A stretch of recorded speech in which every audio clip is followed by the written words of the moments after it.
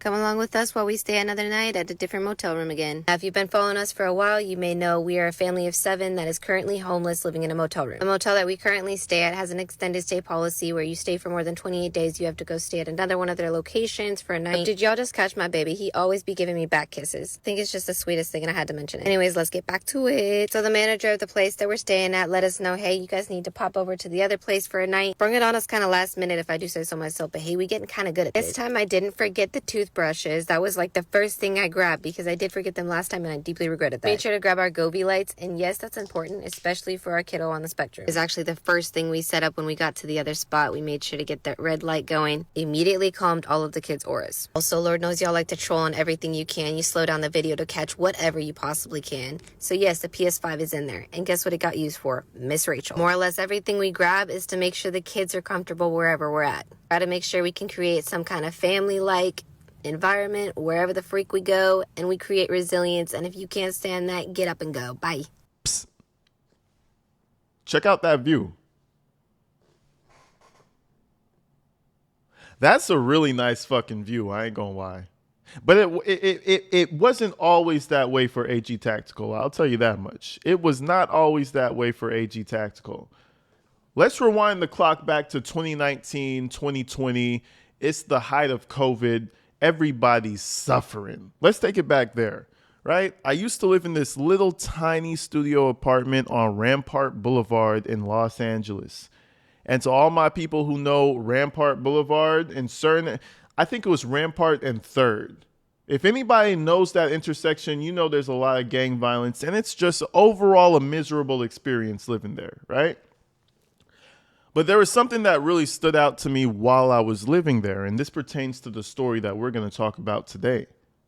There was this Mexican family or conglomerate or whatever that lived next to me, and they had so many people living there. I'm talking it was mom, dad, 3 children at least, uncle, sister, nephew, and 2 other kids. I'm telling you, this house was always jam-packed. And it was a studio apartment just like mine, right? But I'll tell you one thing, right? They always left the door open because they're always cooking. They're always cooking for the millions of people that were in the apartment. Every time I passed that door to go to work or to go do something, I would look in, and that apartment was spick and motherfucking span. I'm talking, it was chaotic, but in a controlled way. I'm talking shit was scrubbed clean. They got the eggs frying. They got the nutritious food for the kids. They're moving as a unit. Okay? And for some people, I really do believe like you have to survive with what you have.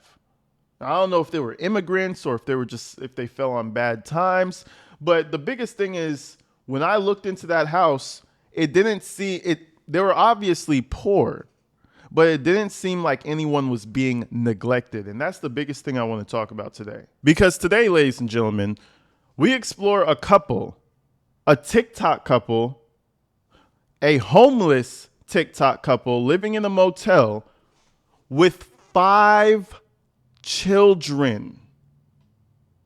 Now that in it by itself is it probably makes your eyebrow raise, but just wait until you see how they use their children for content. You know, we just covered the Fullest Nest the other day. We're getting evicted in 7 days, and we're going to be homeless again. We just got finished talking to this lady, and she's going through the same thing, eviction.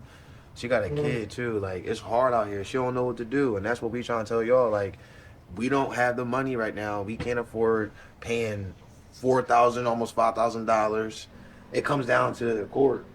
Like, you can pay in full. Ain't that crazy? We can pay all that money and still get evicted. Like, so that's why we're saying we're done. We're not paying. So we getting evicted.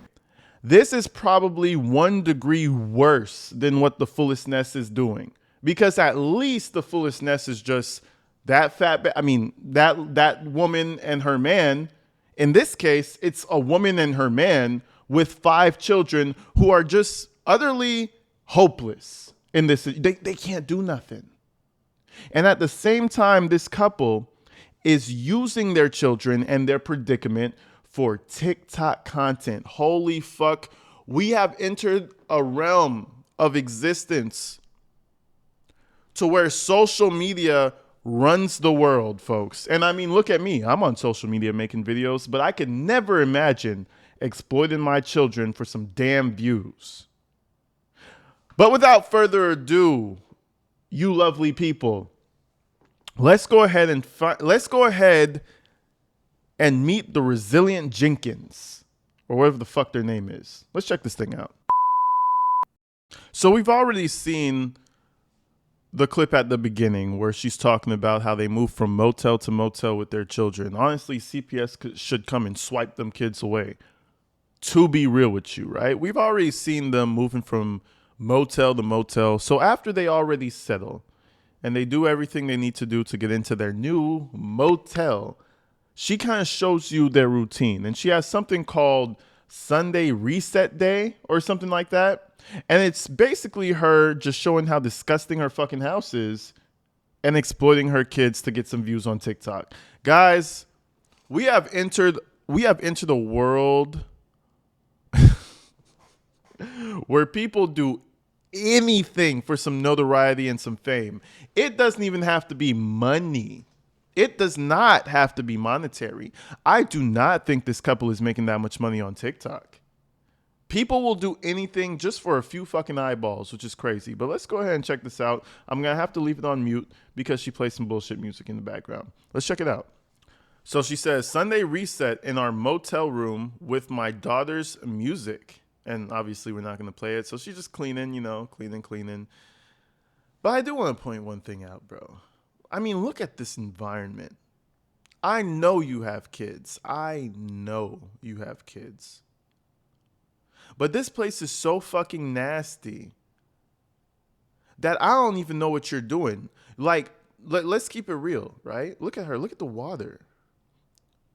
Let's keep it real. People who have full-time jobs, which she does not have, will go to work, come home, and do all of this. This is all she has to do in her life at all. Post some bullshit on TikTok and record herself, and the house is this dirty? Lord have mercy. Lord have mercy. And this is where that comparison comes in to the intro, right? Again, I used to pass this Mexican family every day going to work, right? They had 1 million people in their house. Never once do you see the filth that you're about to witness in this lady's video. And she always tries to brand her content as like, oh, I'm just a mom doing whatever she can to just, make ends meet, and I'm making little cute dinners and stuff. Let me show you one of the cute dinners, the nutritious cute dinners that she made for her family, right? Let's check this out. This is, mind you, this is the first video that I've seen introducing me to her. I'm telling you, some people do not need to have kids, and some people just need guardians. I'm just going to be real with you. I'm going to be real with you. Let's check this out. Some people would hop in my comments and try to tell me that I'm making chicken cordon bleu if I tried to say that this doesn't have a name, but this is not authentic chicken cordon bleu, so I'm not going to sit here and say that that's what this is. So I'm going to just call this cheesy stuffed chicken, okay? Sometimes I watch people's cooking videos and it kind of amazes me how differently people grow up. See, for me, I grew up in a house that very often had to put together leftovers or whatever the heck we had in the home and just make a good meal of it. I like to call it... First and foremost, what the fuck are you cooking? This shit is... She's putting sandwich meat and American cheese on the raw chicken breast. And then she finna cook that. You put sandwich meat, oh Lord, you put sandwich meat inside of the raw chicken breast, then you got American cheese and wrap that motherfucker around. Listen, bro, I don't know if this is rage bait or she genuinely is just this fucking hillbilly, but I feel sorry for them kids. Those kids are about to grow up rough. They're already growing up hella rough. but it gets eternally worse. Let's continue. And for me, that's just homey cooking. And I definitely do it a lot now as a mom myself. And I like to kind of explore, try new things with my family and see if it's something that I can stick and keep in our recipe book. Trust me, I gross myself out by cutting the chicken and seasoning everything at the same time. But I'd already planned to like wipe everything down afterwards. And sometimes I'm just trying to cut steps and get things done as quick as possible. This meal was actually pretty delicious. I do think like a different kind of cheese would have made all the difference. But again, it was about using what we had on hand. Also, one thing I love to do when I'm cooking is use like relatable ingredients that other people might have in their cabinets too, so that it's a recipe that's easy to follow. Also a recipe that's kind of just easy to make your own tweaks too with what you have on hand in your cabinets as well. And with this one, you can either pair it with like pasta or rice or mashed potatoes. You can go either way with this. It was added to our That recipe shit's book raw. for sure. So. What are you making, a medium rare chicken, bro? Oh, fuck, man. Oh, salmonella. Salmonella. That's what you're about to get. The kids are about to have that salmonella. What the fuck is that? You made yourself a medium rare chicken. That's not real. That's not a real thing. I know you thought it was real. I know you thought it was real. There's no such thing as a medium rare chicken. There's just salmonella chicken, and then there's chicken. Lord have mercy. Look at this shit. Thank y'all for watching. Bye-bye now. And listen, I am so for real, right? I'm so fucking for real, right? Sometimes motherfuckers just can't cook. Can't cook. And now I'll give you a true story. My mother, when we were growing up, she wasn't the best cook in the world. It was kind of like a running joke, okay? And I know she's going to get mad if she sees this. But she redeemed herself. Listen, it was a running joke from probably up until I got to the age of like 12, 13, until my mom really said, you know what? I'm finna cook, and they finna like this shit. Listen, my mother is probably one of the dopest cooks nowadays. She can throw the fuck down, but it didn't start that way. So all I'm saying is, whatever she got going on, she clearly don't care about her kids because she's not trying to improve. She's cooking straight up bullshit. As long as you get the clicks and views, that's the type of cooking she's doing. She's doing clicks and views cooking. She's not cooking trying to make the food actually healthy and good. Man, listen, bro. This apparently there's a whole subgenre of people who just beg the internet on TikTok, and I'm just now finding out. But let's continue because this gets, like I said, it gets way worse. So anyways, we've seen the conditions of how they live, and I try to avoid the children, so you're not going to see too many clips of their actual children, but we see what's going on, the type of bullshit she cooks for them, and the environment they live in, right? Well, apparently, one of their kids are autistic. That's one. We have one autistic kid, and then we have two kids who have seizures on a regular basis. So I don't know if that's just me connecting the dots, but it might be the stress, the food, and the predicament that these kids are living in that has them all fucked up. But let's just see what she has to say. Because, you know, they're just a wonderful family trying to escape the Matrix, right? I promise you, there's going to be a Netflix documentary about this couple in the next 5 years.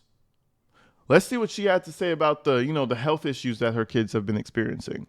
There's no fixing this right now, and I don't even give a fuck. I'm gonna try to make this brief because, as most of your nosy asses already know, my two youngest are both now having seizures. Like Drew said in his video, we didn't get any time to get ourselves some answers about this before it became public knowledge that my toddler, Atlas, because you guys will use his name even though we don't use his name like that, the boundaries you guys just leap over because we decided to put ourselves on social media. We don't share. The second you put yourself on social media, you don't have privacy. That's how it works, you fucking moron. So, hey, you guys are talking about Atlas, and we don't even talk about Atlas. Listen, you put yourself on the internet, people are going to vigorously go through what you say and try to figure out what you're lying about. They're going to, what's the word? They're going to dissect everything you say to the fullest degree. You're the one who brought your family of 7 onto the internet. And now that we're realizing that you're a fucking horrible parent, right? Allegedly. Now that we're realizing that you're allegedly a horrible fucking parent, you don't want us to use Atlas's name because y'all don't use it. Okay. Cool. Let's continue though. But then you take it upon yourself to be like, well, we're going to share it. We're going to make it everybody's business. I can't do anything about that. What I can say is that you can make your speculations regardless of what I say and what I do. All I know is that I'm the one going through this. It's my babies that are suffering and having seizures. Not suffering, because seizures are something that not just my kids are going through. It happens. Epilepsy is not an uncommon thing, and it's in both my bloodline and Drew's bloodline. So it's not like it wasn't a possibility with our children. And I find it freaking ridiculous that people want to sit there and actually think that me as the mother isn't going research crazy trying to think of any kind of possibilities that could also be why this would be something both my kids started having happen. Well, listen, I could kind of probably piece those things together. Are you guys smokers? Okay. Now, I went through the comment section and everybody in the comment section is saying that, oh, well, if you didn't smoke around your child, that could cause epilepsy, and stress causes epilepsy, and smoking causes epilepsy. Do you guys smoke around the kids? Be honest now, be honest, because you have a cult following that's calling you out for smoking around the kids. Listen, these people do not need to have children. I will be very honest with you. They don't. You want to be like, oh, what about the paint on the freaking wall and the so many freaking things you guys want to say that it is. And if we were so worried about any of the crap you actually act like I'm worried about, why would I be taking my kids to the doctor so willingly? I'm the one pushing for testing. I want to know what the fuck. Why wouldn't I? Anyways, that's my ramble on that freaking shit. I will get back to it and say more when I fucking know more. Like, for God's sake, let us breathe. And that's like her whole thing, right? She'll go online, she'll tell people that they don't know about her situation and that she's the best mom in the world and she's doing her best, while at the same time, we all could see the signs that it's her neglect that's causing her kids to have the whole seizure situation. Now, again, I'm no doctor, so I'm not going to blame her from having disgusting environments and using them for TikTok all the time. Is it, part of the problem? But it does seem like it. Like, imagine the kid is going through stress, having to be in front of a camera. The house is disgusting. Your parents don't work. You probably don't have health insurance. You probably don't have... Man, listen, you're going to have all types of problems. But no, she'll go out on the internet and she'll plead her case as if she's the one who's suffering. Anyways, let's move forward. And this is just another snippet I wanted to show. It's she does recurring sections on her TikTok. It's basically Sunday reset day and what I'm cooking for my kids. And I really do genuinely believe that, what she cooks for her kids, it has to be rage bait. You have to be trying to piss us off. Let's just look at this little video real quick. What she makes for her children on a daily basis as a homeless woman, taking care of the house and whatnot. Let's check this out.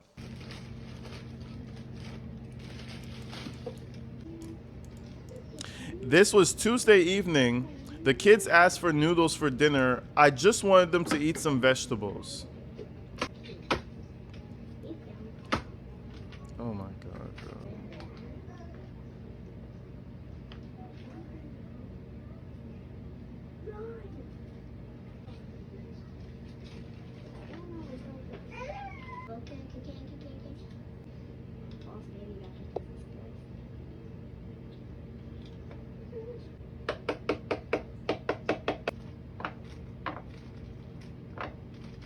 Looking like fingers to me. You just missed one. I don't know. I don't trust. Oh, because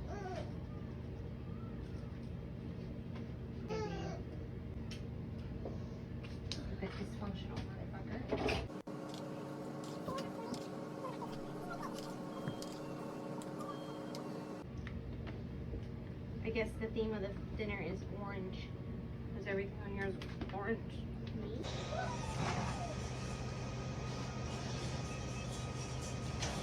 I don't know, man. Something about this feels so performative. You know, who the fuck gives their kids noodles for dinner? And I mean, okay, cool. You know, you're busy, but this is the type of food she feeds her kids every day. And these are not like teenagers. It's like, oh, eat yourself a pack of noodles, it'll be fine. These are like babies. I don't know, bro. Something about this feels so wrong. Something about this is so performative.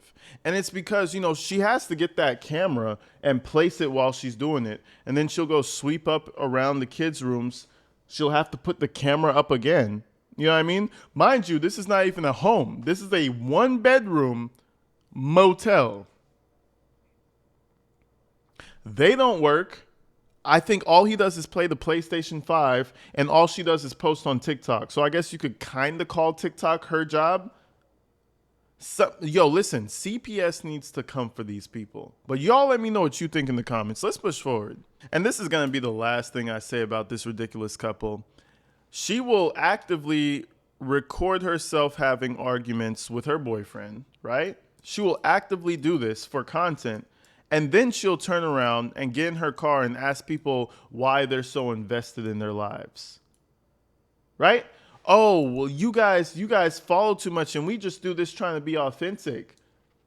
Listen, these people have issues. Let me show you a snippet of her openly posting her argument with her boyfriend.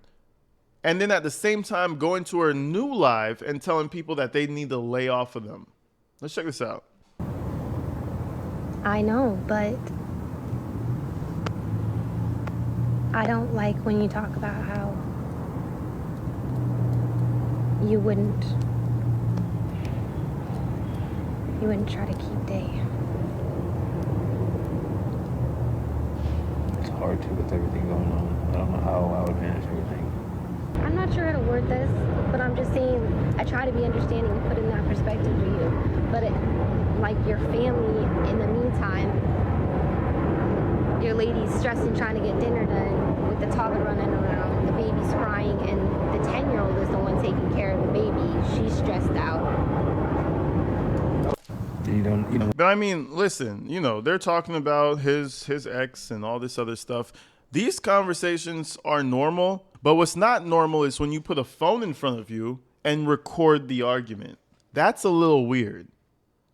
I think social media is definitely kind of like rotting the brains of fully grown adults, and it's actually quite scary, right? So anyway, she goes and posts this for everybody in the world to see, and then at the same time, a little bit later, she's going to come on Instagram, come on social media talking about how y'all need to leave them alone.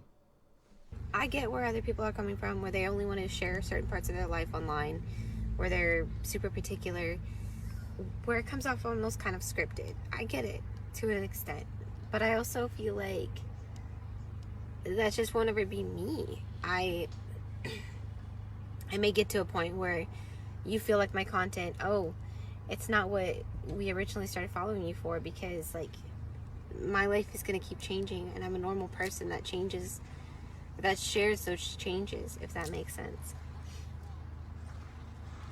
I think a lot of people are reading my aura and thinking like, she's just mentally off and whack, which, I mean, who wouldn't be a little bit messed up? You know, I'm in a motel, homeless, with 5 kids, and doing everything I can to get out of this situation. Oh, well, boo fucking who? That's so sad. You're homeless in a motel with 5 kids making content. This is your own doing. You wanted to have all those kids. You had the great idea that you could make money on TikTok, and now you're in the situation that you're in. And now when people come online and talk shit about you and say that, hey, you're probably like the shittiest mom to ever live, you want to jump on TikTok and start crying about how, you know, life isn't fair and how you're doing the best you could do. No, get the fuck out of here with that shit.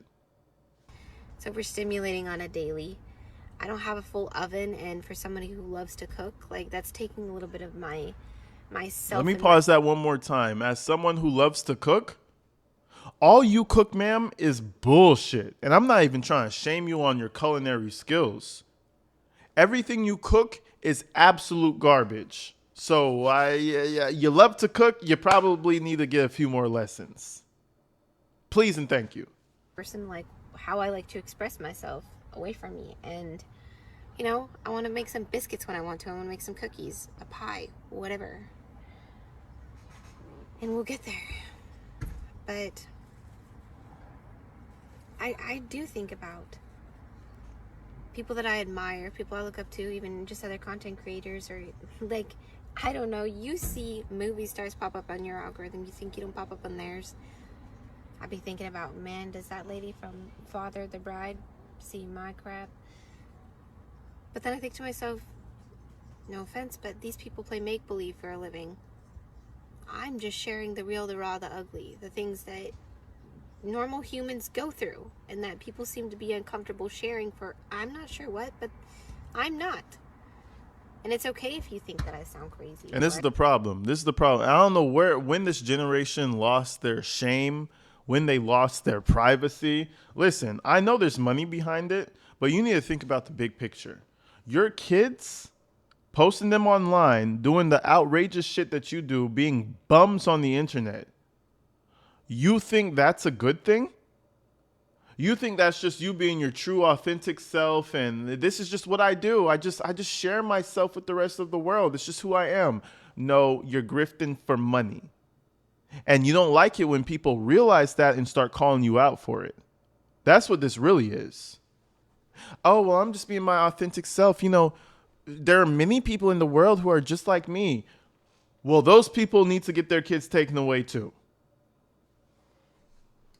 I come off as just cuckoo. You feel me? I know myself. I know the person that I'm going towards.